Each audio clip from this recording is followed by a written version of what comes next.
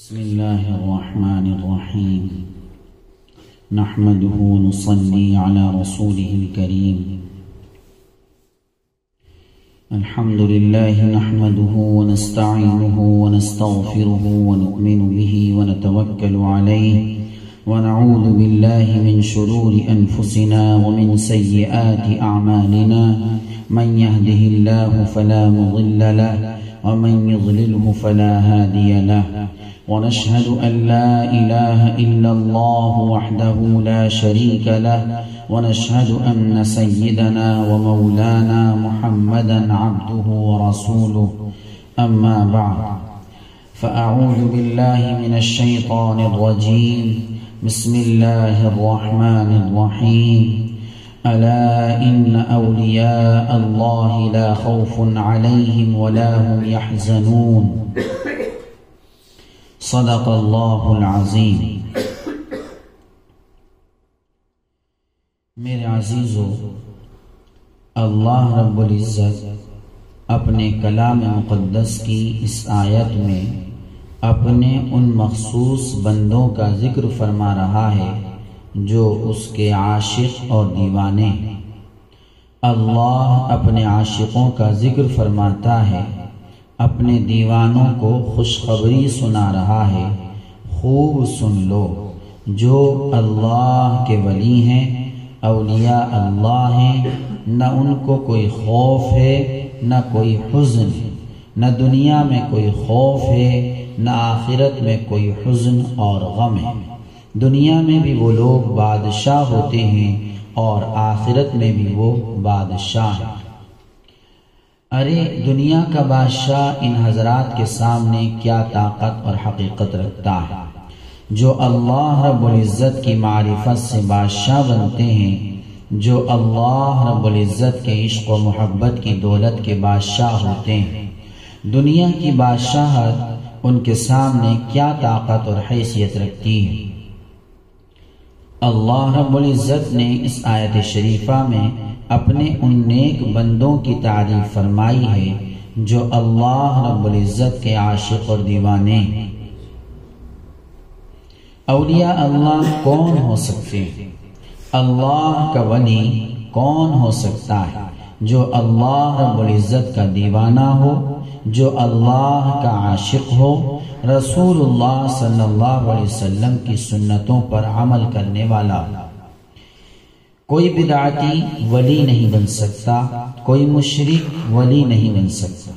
ولی وہی بن سکتا ہے، قطب وہی بن سکتا ہے، ابدال وہی بن سکتا ہے، غوث وہی بن سکتا ہے جو رسول اللہ صلی اللہ علیہ وسلم کی مبارک سنتوں پر سختی سے عمل کرنے والا۔ ہاں، سنتوں پر عمل کرنے والا ہو اور دل خالص اللہ کے لیے، ظاہر رسول اللہ صلی اللہ علیہ وسلم کے لیے ہوں اور باطن اللہ کے لیے۔ مین مقصد تو بس یہ ہے کہ ظاہر رسول اللہ صلی اللہ علیہ وسلم کے لیے ہوں۔ کیا مطلب؟ کہ سنت کے مطابق کھانا پینا، سنت کے مطابق چلنا، اپنی 24 گھنٹے کی زندگی سنت نبوی علی صاحبہ الصلاۃ والسلام کے مطابق بنانا۔ یہ ساری چیزیں دیکھنے کی ہوتی ہیں کہ داڑھی اس کی صحیح ہے یا نہیں، کرتا پائجامہ اس کا صحیح ہے یا نہیں، نمازیں پڑھتا ہے یا نہیں، روزے رکھتا ہے یا نہیں، اور یہ ساری عبادتیں آپ صلی اللہ علیہ وسلم کی سنت کے مطابق ہیں یا نہیں۔ یہ ساری کی ساری باتیں سنت اور شریعت کی ہیں۔ سنت کہہ دیجئے یا شریعت کہہ دیجئے، سنتوں پر عمل کرنے کا نام ہی شریعت ہے۔ پس جب تک رسول اللہ صلی اللہ علیہ وسلم کی سنتوں پر سختی سے عمل نہیں ہوگا، تب تک اللہ رب العزت کا قرب، اس کی محبت اور اس کا درد نصیب نہیں ہے۔ پہلے شریعت ہے، پھر طریقت ہے، پھر حقیقت ہے، پھر معرفت ہے۔ پہلے شریعت، پھر طریقت، پھر حقیقت، پھر معرفت، یہی 4 چیزیں ہیں۔ اور یہ بھی یاد رکھ کہ معرفت کی کوئی انتہا نہیں ہے، اس کے بے شمار درجے ہیں، بس آگے سے آگے بڑھنے کی کوشش کرتے رہو۔ اے بھائی، اس محبوب کی محبت اور معرفت کے بے انتہا درجات ہیں، ان میں سے جس درجے پر بھی تم پہنچو اس سے آگے بڑھنے کی کوشش کر۔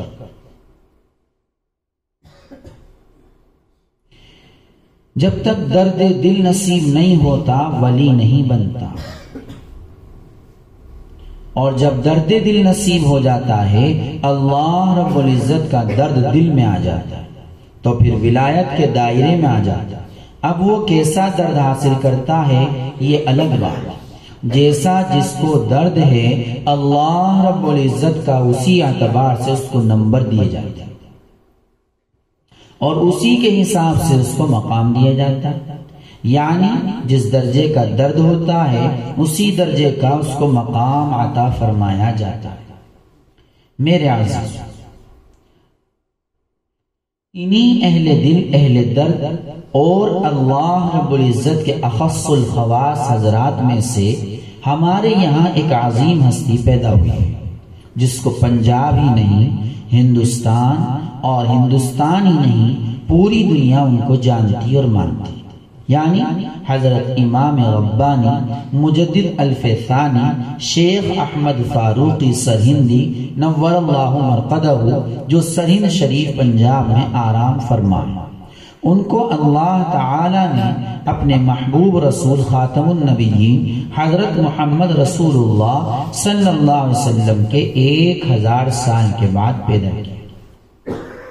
الف کے معنی 1000، ثانی کے معنی دوسرا۔ الف ثانی کا مطلب یہ ہے کہ حضور پاک صلی اللہ علیہ وسلم کے دنیا سے تشریف لے جانے کے 1000 سال گزرنے کے بعد دوسرے 1000 سال کے شروع میں آپ پیدا ہوئے۔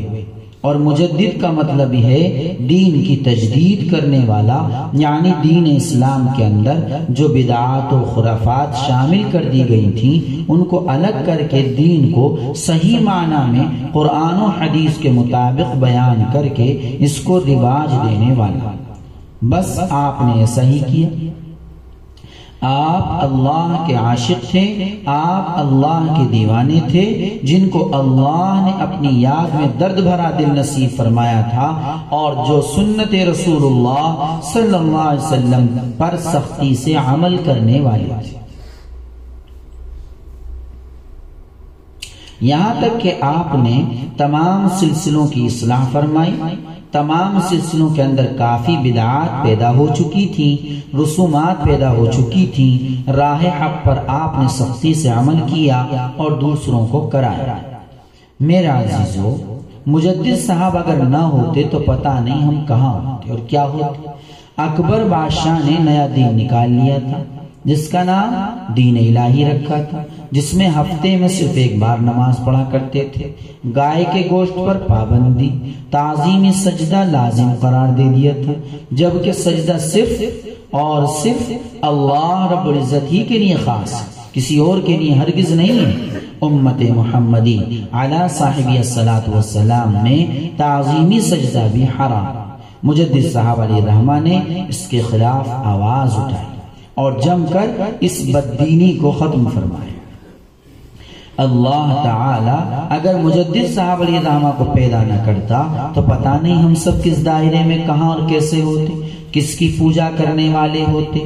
اس محبوب حقیقی قربان جائیے کہ اس نے حضرت مجدد الف ثانی رحمت اللہ علیہ کو پیدا فرمایا، اور مجدد صاحب رحمہ اللہ سے خدا بند قدوس نے وہ کام لیے جو کام حضرات انبیاء اعظام علیہ الصلاۃ والتسلیمات سے لیے تھے۔ نبیوں نے بادشاہوں سے مقابلے کیے، حضرت موسیٰ علیہ نبینا علیہ السلام نے ظالم بادشاہ سے مقابلہ کیا، حضرت ابراہیم خلیل اللہ علیہ نبینا علیہ السلام نے جابر بادشاہ سے مقابلہ کیا،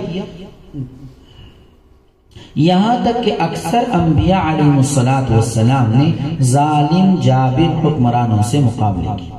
ادھر مجدد صاحب علیہ الرحمن نے ایک بادشاہ سے مقابلہ کیا جو ہندوستان کا بربریت والا بادشاہ کہلایا۔ اکبر بادشاہ کا آپ نے مقابلہ کیا، اس کی تکلیفیں برداشت کی، گوالیار کی جیل میں آپ کو بند کر دیا گیا۔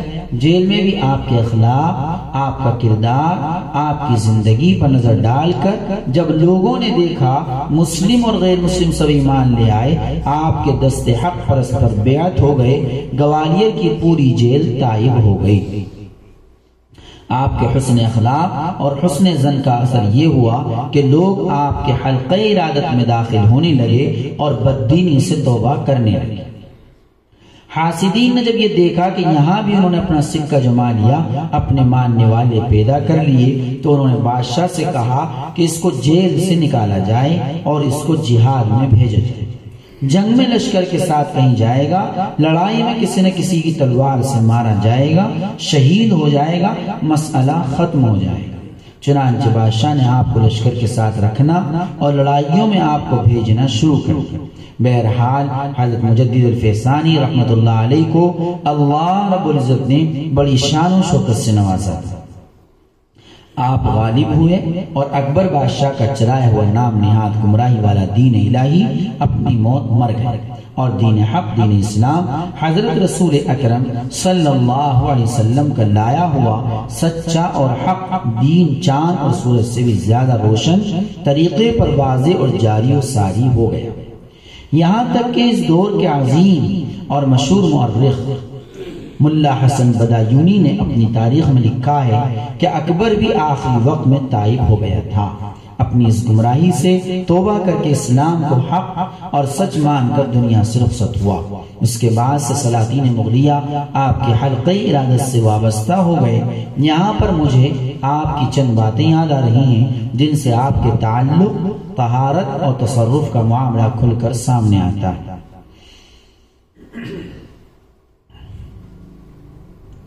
جب آپ لشکر کے ساتھ تھے اس وقت کی بات کہ ایک بار مغربی یوپی کے قریب فوج کا پڑاؤ تھا۔ وہاں کا پانی پینے کے اعتبار سے کچھ عمدہ نہیں تھا، وہاں کا پانی تھوڑا کچا تھا۔ آپ کا ایک مرید جو آپ کا دیوانہ تھا، اس نے سوچا کہ میرے حضرت یہاں کا ایسا پانی پیئیں گے یہ تو مناسب معلوم نہیں ہوتا۔ وہ رات کو اٹھا اور کتنے ہی کلومیٹر کا پیدل سفر کر کے گنگا پر پہنچا اور گنگا کے پانی کا ایک گھڑا بھر کر لایا اور حضرت کے سامنے پیش کر اور کہا کہ حضرت یہاں کا پانی اچھا نہیں ہے، بدبو سی آتی ہے، آپ بیمار ہو جائیں گے، میں یہ پانی آپ کے لیے گنگا میں سے لایا۔ گنگا پڑاؤ سے کتنے ہی کلومیٹر دور تھی، مگر وہ مرید بیچارہ عقیدت میں رات کے وقت پیدل سفر کر کے گیا اور پیدل ہی آیا۔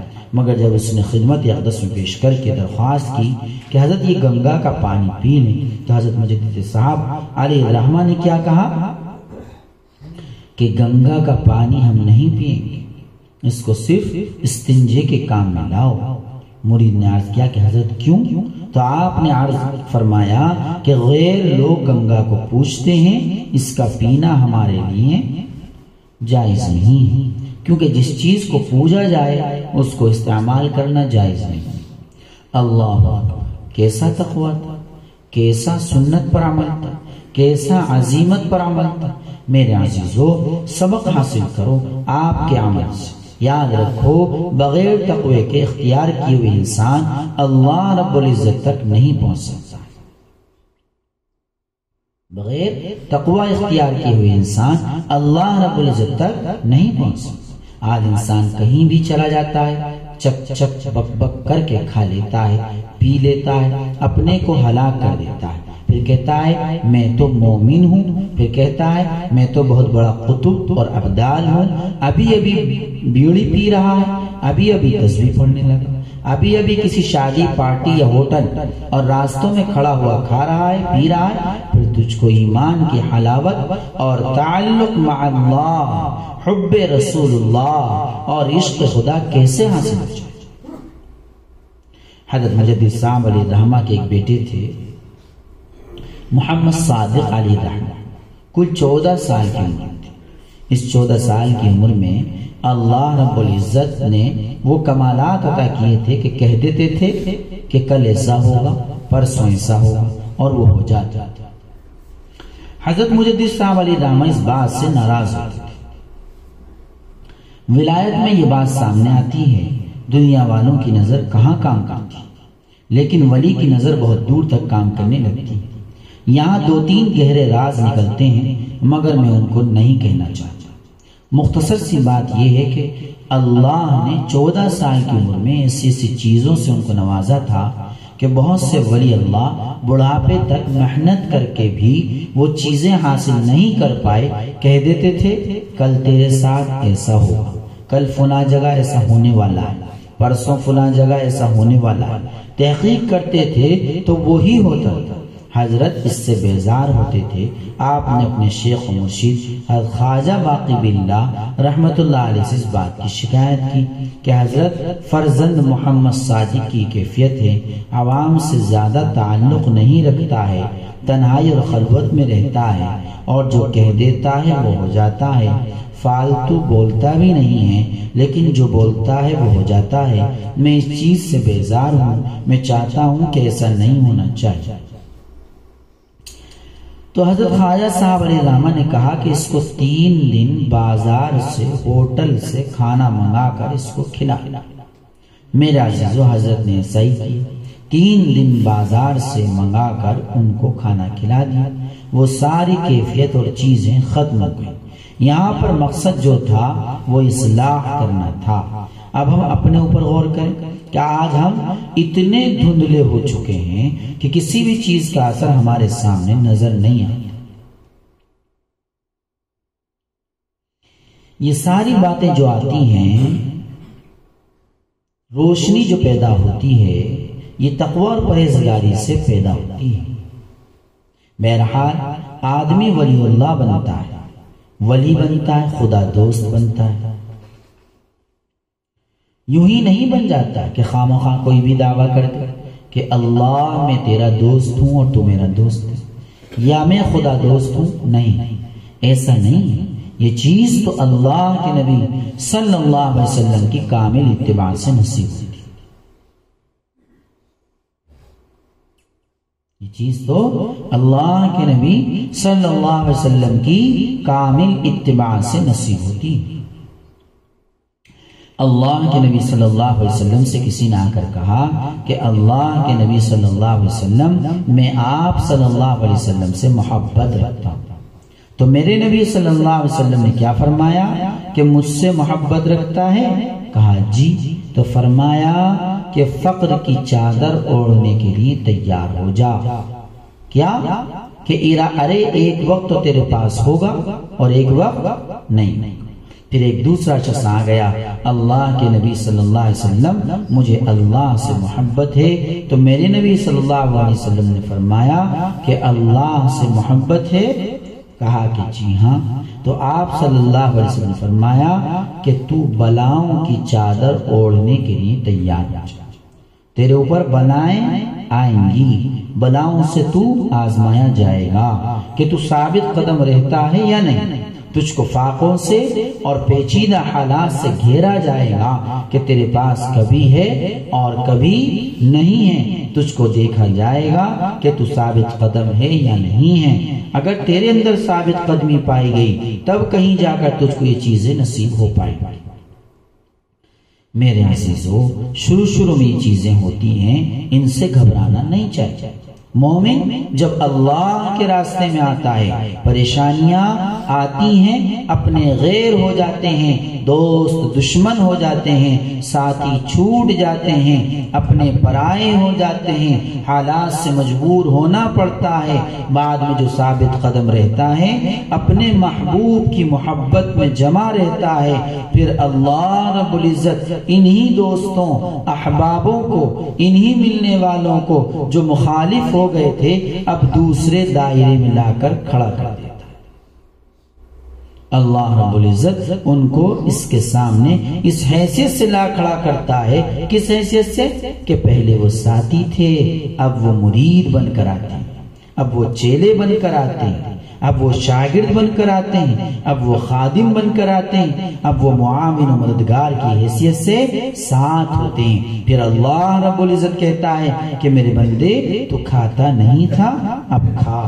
میرے بندے لوگ تجھ سے نفرت کرتے تھے اور ہم تجھ سے پیار کرتے تھے، آج ہمارے پیار کی نظر دیکھ کہ ساری چیزیں، سارے مخالف تیری محبت اور تیری خدمت گزاری کے لیے ہر وقت تیار ہیں۔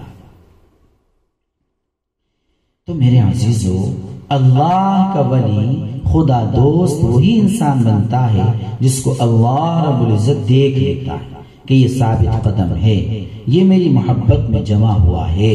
رسول اللہ صلی اللہ علیہ وسلم کا مبارک طریقہ اس کی زندگی میں مضبوطی سے عملی طور پر جڑ پکڑ چکا ہے، بس اسی کو اپنی محبت عطا فرماتا ہے، اسی کو اپنی محبت عطا فرماتا ہے اور اپنی ولایت و عاشقی سے نوازتا ہے۔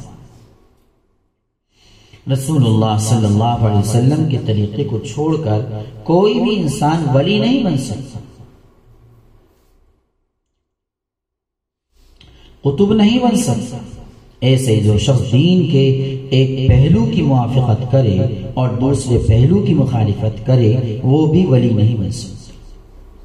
جب تک دین کے سارے پہلوؤں کو مضبوطی سے نہیں پکڑے گا تب تک کامیاب نہیں ہوگا، چاہے مسجد کا ہو، چاہے مدرسوں کا ہو، چاہے تبلیغ کا ہو، چاہے خانقاہ کا ہو، یہ سارے کے سارے پہلو زندگی میں آنے چاہیے، ایک توے کی روٹی ہو کر نہیں رہنا چاہیے۔ ہم تبلیغی بھی ہیں، ہم خانقاہی بھی ہیں، ہم مدرسے والے بھی ہیں، ہم دین اسلام کے ہر شعبے والے ہیں۔ غور کیجیے، حضرت مولانا محمد الیاس صاحب علیہ الرحمہ کا بھی کوئی مرشد تھا یا نہیں؟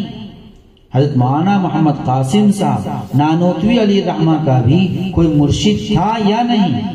یہ سب حضرات مدرسے والے بھی تھے، خانقاہ والے بھی تھے، تبلیغ والے بھی تھے۔ مرشد کا ہونا کوئی نئی چیز نہیں ہے، سبھی بزرگوں کے مرشد ہوئے اور مشائخ ہوئے ہیں۔ تمام صحابہ کرام رضی اللہ عنہ اجمعین کے شیخ و مرشد حضرت رسول مقبول صلی اللہ علیہ وسلم تھے۔ مسجد نبوی علی صاحبہ الصلاۃ والسلام میں تصوف کا کام بھی ہوتا تھا، اصحاب صفہ کا کام بھی ہوتا تھا، تبلیغ کا کام بھی ہوتا تھا، سارے کام وہاں پر ہوتے تھے۔ صحابہ کرام رضی اللہ عنہ اجمعین تعلیم بھی حاصل کرتے تھے، تبلیغ میں بھی جاتے تھے، صحابہ کرام رضی اللہ عنہ اجمعین ذکر و فکر میں بھی بیٹھتے تھے۔ تو میرے عزیزو، انہی اکابر و اسلاف کرام رحمہ اللہ اجمعین میں سے ہمارے ایک بہت بڑے بزرگ حضرت مجدد فیضانی قدس اللہ سرہ ہوئے ہیں، جن کے حلقے میں ہم شمار۔ پنجاب کے مشہور شہر سرہند شریف میں آرام فرما ہے۔ آپ کا فیض صرف پنجاب یا ہندوستان ہی میں نہیں، پوری دنیا میں آپ کا فیض پھیلا ہوا ہے۔ 1000 خلفاء آپ کے ایسے ہوئے ہیں جو باہر ودیشوں میں پھیلے اور انہوں نے وہاں جا کر اصلاحیں کی، وہاں پر جا کر تبلیغ و تعلیم کا کام کیا، خانقاہوں کا کام کیا، وہاں پر دین کی اشاعت کی۔ وہ اللہ کے دیوانے باہر ملکوں تک میں پھیل گئے اور دین محمدی صلی اللہ علیہ وسلم کو پھیلائے۔ میرے عزیزو، اللہ رب العزت کا جو دیوانہ بنتا ہے، اللہ کا جو عاشق بنتا ہے، تو میرے عزیزو، عاشق و معشوق اور محبوب و مطلوب کا راز بڑا گہرا ہوتا ہے، کسی کو اس راز پر اطلاع نہیں ہوتی۔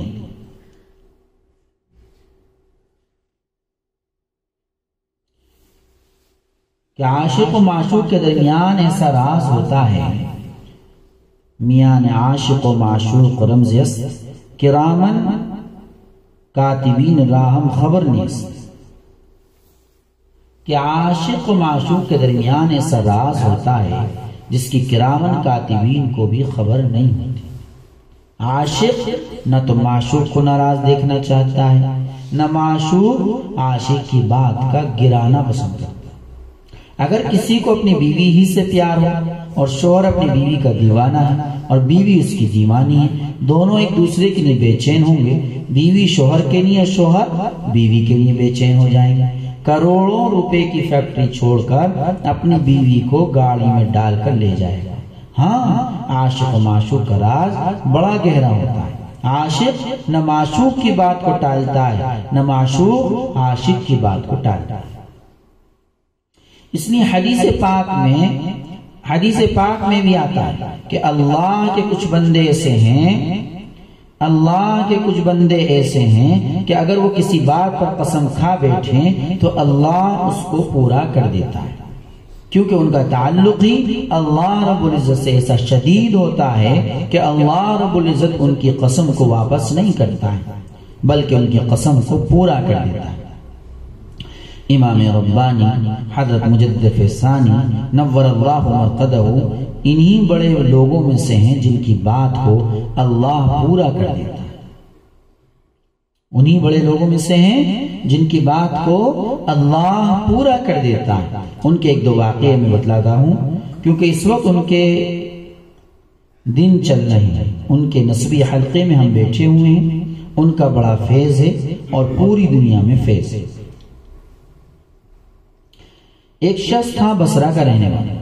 بصرہ عراق میں ایک شہر ہے جہاں کی حضرت رابعہ بصریہ علیہ الرحمہ ہوئی ہیں۔ اسی شہر بصرہ کا وہ شخص رہنے والا تھا، اپنے وطن میں روزی روٹی سے تنگ تھا، بڑا پریشان حال تھا۔ وہاں سے قافلہ تجارت کے لیے ہندوستان آ رہا تھا۔ پہلے دور میں قافلے چلا کرتے تھے، سالوں سال اونٹوں اور گھوڑوں پر سفر کرتے تھے، سالوں سال چلا کرتے تھے، آنے جانے میں بہت لمبا وقت خرچ ہوتا تھا، سالوں سال کسی جگہ پر پڑاؤ ڈال کر خرید و فروخت کیا کرتے تھے۔ چھوٹے چھوٹے قافلے بڑے قافلوں کے انتظار میں راستوں میں رکے رہتے تھے، کیونکہ اس دور کے اندر لٹیرے بہت ہوتے تھے جو قافلوں کو لوٹ لیتے تھے، اس لیے چھوٹے بڑے قافلے سب مل کر اکثر ساتھ سفر کیا کرتے تھے۔ تو ایسا ہی ایک تجارتی قافلہ بصرہ سے ہند آ رہا تھا۔ اس شخص نے اپنی بیوی سے کہا کہ میری پیاری بیوی، میں یہاں پر روزی روٹی سے بڑا تنگ ہوں، بڑا پریشان ہوں، یہاں پر روزی روٹی کے حالات میرے نہیں بن پاتے، بچوں کا گزر میں نہیں کر پاتا ہوں۔ ایک قافلہ ہند جا رہا ہے، میں اس کے ساتھ جا رہا ہوں، ہو سکتا ہے اللہ رب العزت کوئی فراخی کی شکل پیدا فرما دے۔ تو میری ایک بات یاد رکھ لینا کہ میں 8 یا 10 سال کی قید تجھے لگاتا ہوں۔ اگر میں اتنے سال میں آ گیا، مثلا اگر میں 10 سال میں آ گیا تو ٹھیک ہے، اور اگر میں 10 سال میں نہیں آیا تو تجھ کو میری طرف سے طلاق، تو اپنا نکاح کسی سے کر لینا۔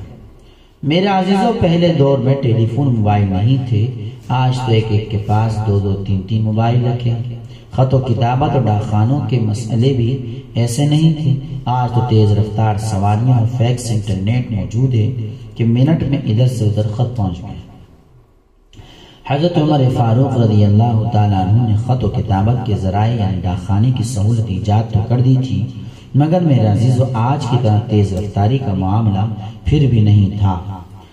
پہلے بادشاہوں کا خط لے کر بھی کوئی قاصدی جاتا تھا، قاصدی جواب لے کر بھی آتا تھا، ایسا مسئلہ بھی نہیں تھا کہ کسی ذریعے سے سال 2 سال میں پتہ چل جائے، اس لیے لوگ اندازہ ہی بتلا دیا کرتے تھے کہ اتنے وقت اور ٹائم تک یہ کام ہوگا۔ تو اس شخص نے بھی 10 سال کی قید لگا دی اور کہا کہ اگر میں اتنے وقت تک آ گیا تو ٹھیک ہے، نہیں آیا تو تجھ کو طلاق، تو اپنا نکاح کر لینا۔ اور یہ کہہ کر وہ غریب الوطن قافلے کے ساتھ ہندوستان آ گیا۔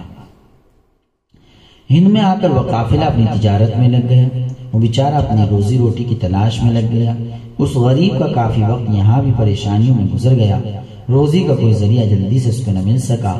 کافی دوڑ دھوپ کے اور کافی دنوں کے بعد مغلوں کے دربار میں اس کو نوکری ملی۔ اس وقت مغلوں کا دور تھا، یہاں تک کہ وہ قافلہ واپس جانے لگا تو اس نے شاہی دربار سے چھٹی لینی چاہی، مگر اس کو چھٹی نہ مل سکی۔ وہ قافلہ واپس چلا گیا اور وہ بیچارہ غریب نہ جا سکا۔ اس کو اپنی بیوی سے کیا وہ وعدہ یاد تھا جس کو یاد کر کے بڑا پریشان تھا۔ وقت قریب سے قریب تر آتا گیا اور جانے کی کوئی شکل نہ نکل سکی۔ بیچارہ بڑا پریشان، یہاں تک کہ اس کی آنکھوں میں آنسو رہنے لگے، ہر وقت غمگین رہنے لگا۔ ایک اس کا خاص ملنے والا تھا، اس نے کہا بھائی کیا بات ہے، میں پہلے تجھ کو بہت خوش دیکھتا تھا، مگر اب میں کچھ دنوں سے تم کو دیکھ رہا ہوں کہ تمہاری آنکھ کا آنسو نہیں ٹوٹتا ہے، کیا بات ہے، تم کیوں پریشان؟ کیوں غمگین رہتے ہو؟ کہنے لگا مت پوچھو۔ دوست نے کہا کہ کم سے کم اپنے دل کی بات بتلاؤ تو صحیح۔ غریب الوطن نے کہا کہ جب میں اپنے وطن سے آیا تھا تو اپنی بیوی سے کہہ کر آیا تھا، اب وہ قافلہ بھی چلا گیا اور وہ وقت بھی قریب آ چکا ہے، مجھ کو شاہی دربار سے چھٹی نہ مل سکی اور میرا وعدے کے مطابق پہنچنا ناممکن ہے، کیونکہ اس دور میں پہنچنا بھی کوئی معمولی بات نہیں تھی، سالوں میں پہنچتے تھے، پیدل کے اونٹ گھوڑوں کے سفر تھے۔ اس دور میں اونٹ گھوڑے ایسے تھے جیسے آج ماروتی اور انڈیگا وغیرہ گاڑیاں۔ اس زمانے میں اگر کسی کے پاس گھوڑا تھا تو سمجھتے تھے کہ بہت بڑا آدمی ہے، جیسے کہ آج کے دور میں جس شخص کے پاس اچھی قسم کی گاڑیاں اسٹیم وغیرہ ہوتی ہے تو سمجھتے ہیں کہ بڑا آدمی ہے، تو ایسا ہی اس کو سمجھتے تھے، اس کے پاس اونٹ ہے، اس کے پاس گھوڑا ہے۔ اس بیچارے غریب الوطن کے پاس کہاں گھوڑا تھا، کہاں اونٹ تھا، وہ تو مزدور آدمی تھا۔ کہا کہ میں نے چھٹی لینی چاہیے مگر چھٹی نہ ملی اور قید کا وقت قریب آ گیا ہے، اب میری بیوی میرے نکاح سے خارج ہو جائے گی، میں اس لیے غمگین رہتا ہوں، مجبور ہوں، کیا کروں؟ اس ملنے والے نے کہا کہ تم ایک کام کر لو۔ کہا کہ کیا؟ کہا کہ تم سرہند چلے جاؤ، وہاں جا کر حضرت مجدد صاحب علیہ الرحمہ سے ملو۔ کہنے لگا کہ بھائی اب میں ان سے مل کر کیا کروں گا، اب تو اتنا وقت بھی باقی نہیں رہا کہ میں اپنے گھر پہنچ جاؤں۔ دوست نے کہا کہ نہیں، پھر بھی تم جا کر حضرت سے ملاقات کر لو، اپنا حال حضرت سے کہو۔ اس وقت حضرت کا ہاتھ مغل خاندان پر رکھا ہوا تھا، سب آپ کے مریدین تھے، سب آپ کے ہاتھ کے نیچے تھے۔ مغل دربار نے 32 ایکڑ زمین حضرت کی خانقاہ کے نام کر دی تھی۔ وہ بیچارہ دہلی سے سرہند کے لیے چل دیا۔ اس وقت یہ روڈ نہیں تھا، بائی پاس کا، ون وے نہیں تھا کہ ایک طرف سے آنے کا اور ایک طرف سے جانے کا، نہ کہیں رکنا نہ کہیں سٹاپ لینا، بھاگے چلے جاؤ بھاگے چلے آؤ، نہ دھول مٹی نہ ریت، صاف ستھرا بہترین روڈ۔ اس وقت تو میرے عزیزو کچا راستہ تھا، دھول مٹی کا راستہ تھا۔ یہ تو ون وے بھی ابھی بنا ہے ہمارے تمہارے سامنے، ورنہ اس سے پہلے کچی سڑک تھی، ایک گہرائی راستہ تھا، ہم اس راستے سے بہت چلے۔ ہم نے دیکھا ہے پہلے بہت چھوٹی سی سڑک تھی اور اس سے بھی پہلے تو اور زیادہ کچا ہوگا اور دھول مٹی کا راستہ ہوگا۔ وہ غریب الوطن دہلی سے پیدل سفر کر کے 1 2 3 دن میں سرہند آیا۔ اس وقت کہاں گاڑیاں تھیں، وہ غریب مغرب و عشاء کے درمیان حضرت کی خدمت میں پہنچا۔ میرے عزیزو اس وقت کہاں بجلی تھی، آج بجلی جل رہی ہے، سب کچھ دیکھ رہا ہے، خوب روشنی ہو رہی ہے۔ اس دور میں کہاں ہے، اس دور میں کہاں ہے سب؟ اس دور میں دیسی تیل کے چراغ جلائے جاتے تھے۔ حضرت مجدد صاحب علیہ الرحمہ اپنی خانقاہ میں بیٹھے ہوئے کتاب کا مطالعہ کر رہے تھے، دیسی تیل کا چراغ جل رہا تھا۔ اس نے خانقاہ کے دروازے میں پہنچ کر سلام کیا۔ حضرت نے سلام کا جواب دیا اور نظر اٹھا کر دیکھا اور پوچھا کہ بھائی کون ہو، کیا بات ہے؟ اس نے کہا کہ حضرت ایک غریب الوطن ہے، پریشان حال ہے۔ اس نے اپنی کہانی سنائی کہ حضرت میں بصرہ کا رہنے والا ہوں، وہاں میں روزی روٹی سے تنگ تھا، ایک قافلے کے ساتھ کمانے کے لیے آ گیا، قافلہ چلا گیا لیکن مجھے چھٹی نہ مل سکی۔ میں اپنی بیوی کو یہ شرط لگا کر آیا تھا، اب وہ وقت بالکل قریب آ چکا ہے جب میری بیوی کو طلاق واقع ہو جائے گی اور میری بیوی مجھ پر حرام ہو جائے گی۔ میں پریشان ہوں، میرے اوپر نظر کرم فرمائے۔ حضرت نے فرمایا کہ تجھ کو شاہی دربار سے چھٹی دلوا دوں؟ کہا کہ حضرت اگر چھٹی مل بھی جائے گی پھر بھی اب بات نہیں بن پائے گی۔ حضرت اپنے مطالعے میں مشغول ہو گئے۔ تھوڑی دیر بعد پھر اس نے کہا کہ حضرت میں بڑا پریشان ہوں۔ تو حضرت نے کہا کہ شاہی دربار سے کسی گھوڑے یا اونٹ کا انتظام کرا دوں؟ کہنے لگا کہ حضرت اب اتنی تاخیر ہو چکی ہے کہ تیز رفتار کے گھوڑے سے بھی نہیں پہنچ پاؤں گا، 1 2 دن کل رہ گئے۔ حضرت پھر مطالعے میں لگ گئے۔ تیسری بار اس نے پھر کہا کہ حضرت میں بڑا پریشان ہوں۔ حضرت نے کتاب اس انداز سے بند فرمائی کہ چراغ بجھ گیا اور اس سے فرمایا کہ اچھا چراغ جلاؤ۔ اس نے چراغ جلایا تو بصرہ کے اندر اپنے گھر کا چراغ جلا رہا تھا۔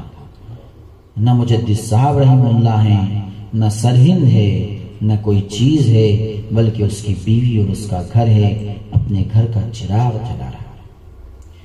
اللہ سے آپ رحمہ اللہ کا تعلق ایسا تھا، اللہ کے ایسے دیوانے تھے، اللہ کے ایسے عاشق تھے، ایسی ہستی تھی۔ حضرت مجدد الفسانی علیہ الرحمہ کی عاشق و معشوق کا تعلق بڑا گہرا ہوتا ہے۔ میں پہلے ہی کہہ چکا ہوں کہ عاشق و معشوق کا راز بڑا گہرا ہوتا ہے۔ عاشق اگر اپنے معشوق سے کچھ کہہ دے تو اس کو وہ بات ماننی پڑتی۔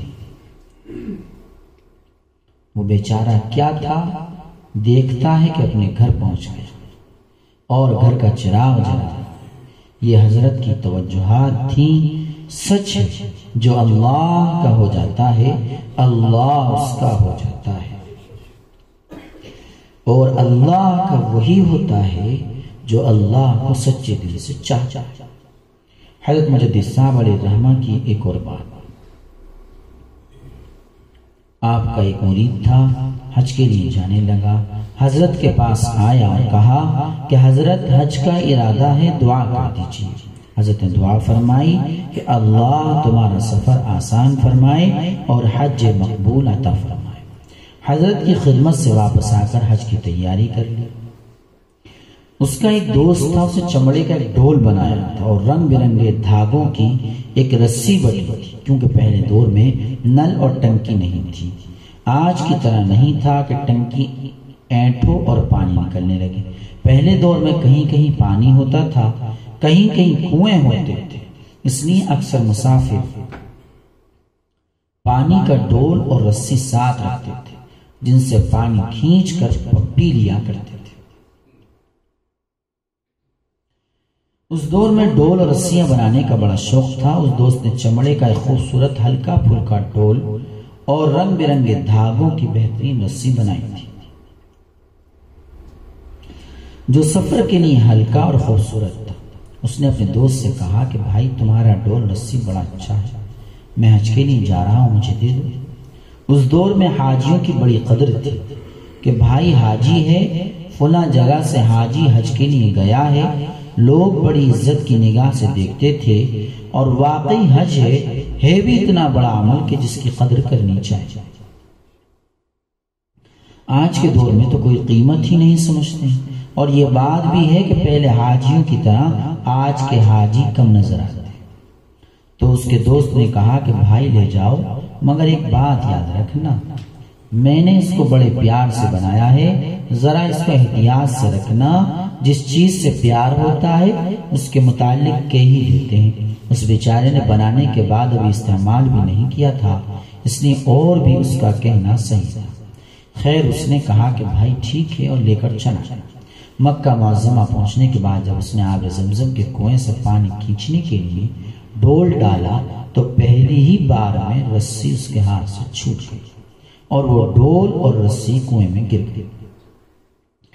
اس وقت پانی ہاتھ ہی سے کھینچا جاتا تھا۔ اس وقت یہ انتظام نہیں تھا کہ آج جیسے پانی بجلی اور پمپ کے ذریعے باہر آرام سے خود بخود آ رہا ہے۔ چنانچہ پہلی ہی بار میں ڈول کنویں میں گر گیا۔ اس بیچارے نے کئی بار کانٹا ڈالا مگر وہ ڈول نہیں نکل پایا۔ جب تک وہاں رہا کانٹے ڈال کر دیکھتا رہا، اور تو نکل آتے تھے مگر وہ ڈول اور رسی نہیں نکل پائے۔ غرض حج کو پورا کر کے بڑا مایوس گھر واپس آیا۔ سب سے پہلے حضرت مجدد صاحب علیہ الرحمہ کی خدمت میں حاضری دی اور حضرت سے ملاقات کی۔ حضرت نے فرمایا کہ بیٹا حج صحیح کیا؟ کہا کہ جی حضرت، اللہ نے سب کچھ ٹھیک ٹھاک کروا دیا، کوئی تکلیف بھی نہیں رہی، بس ایک الجھن رہی۔ حضرت نے کہا کہ کیا؟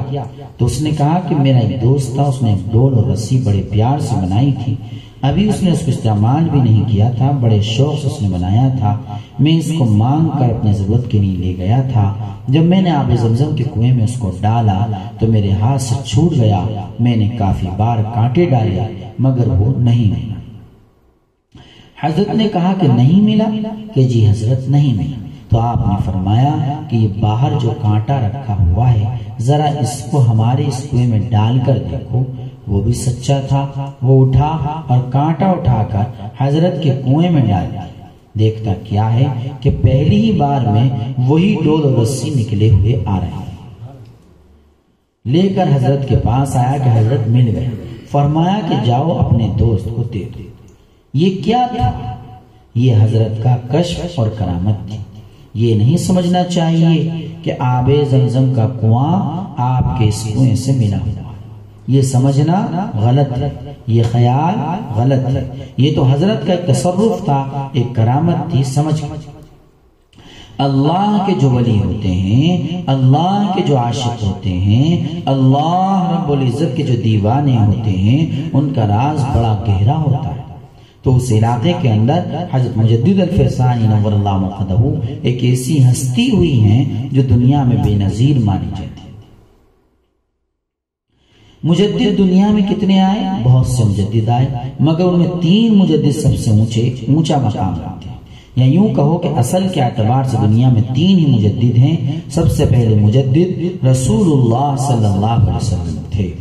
رسول اللہ صلی اللہ علیہ وسلم نبی اور رسول بھی تھے، مجدد بھی تھے۔ حضرت ابراہیم علیہ نبینا علیہ السلام کے دین کے مجدد تھے۔ ملت ابراہیمی کو آپ صلی اللہ علیہ وسلم نے صحیح معنی میں نکھار کر پیش فرمایا، اور مزید احکامات خداوندی بھی آپ صلی اللہ علیہ وسلم کو عطا کیے گئے۔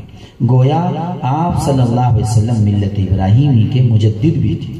دوسرے مجدد حضرت مجدد فرسانی شیخ احمد فاروقی نقشبندی سرہندی قدس اللہ سرہ تھے، جنہوں نے حضور اکرم صلی اللہ علیہ وسلم کی شریعت مطہرہ کو نکھار کر صحیح طریقے سے پیش کیا اور دین محمدی علی صاحبہ الصلاۃ والسلام کی تجدید فرمائی۔ تیسرے مجدد حضرت عیسیٰ علیہ نبینا علیہ الصلاۃ والسلام ہیں، جو مجدد بن کر اتریں گے، نبی بن کر نہیں۔ اب نبوت کا دروازہ بند ہو چکا ہے، کسی کو قیامت تک نبوت نہیں ملے گی۔ حضرت محمد رسول اللہ صلی اللہ علیہ وسلم اللہ کے آخری رسول، نبی اور پیغمبر ہیں۔